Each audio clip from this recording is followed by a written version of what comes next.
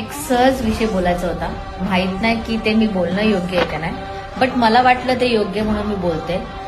बरेच दिवस झाले सोशल मीडियावरती मी काही मॉडेल किंवा डिझायनर किंवा मेकअप आर्टिस्ट बघते, जे ते रील अपलोड करतायत ना ज्या पद्धतीने, म्हणजे जे कपडे घालून किंवा डिझाईन करून तुम्ही अपलोड करताय, म्हणजे तुम्हाला स्वतःला सुद्धा कळत नाही की तुम्ही काय अपलोड करताय का आमची सगळ्यांची नजर जिवंत आणि तुमच्या एकट्याची मेली आहे का?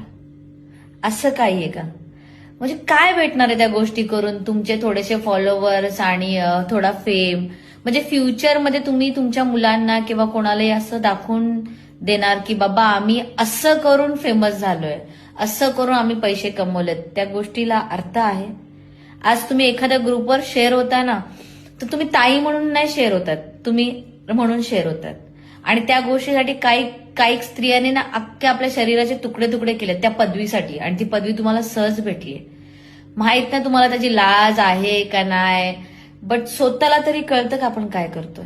नसेल कळत ना, तर एकदा आरशात जा आणि बघा की आपण काय करतोय.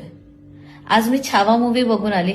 महाराजांनी केलेलं त्याग ते ह्यासाठी होतं. मी तर तुम्हाला एकच सांगेन, सगळ्या मुलींना, मी स्वतःला पण ते फॉलो करते. एक वेळेस ना डोक्यावर पदर घेता नाही आला ना तरी चालेल, पण छातीवरचा पदर पडून नका देऊ यार.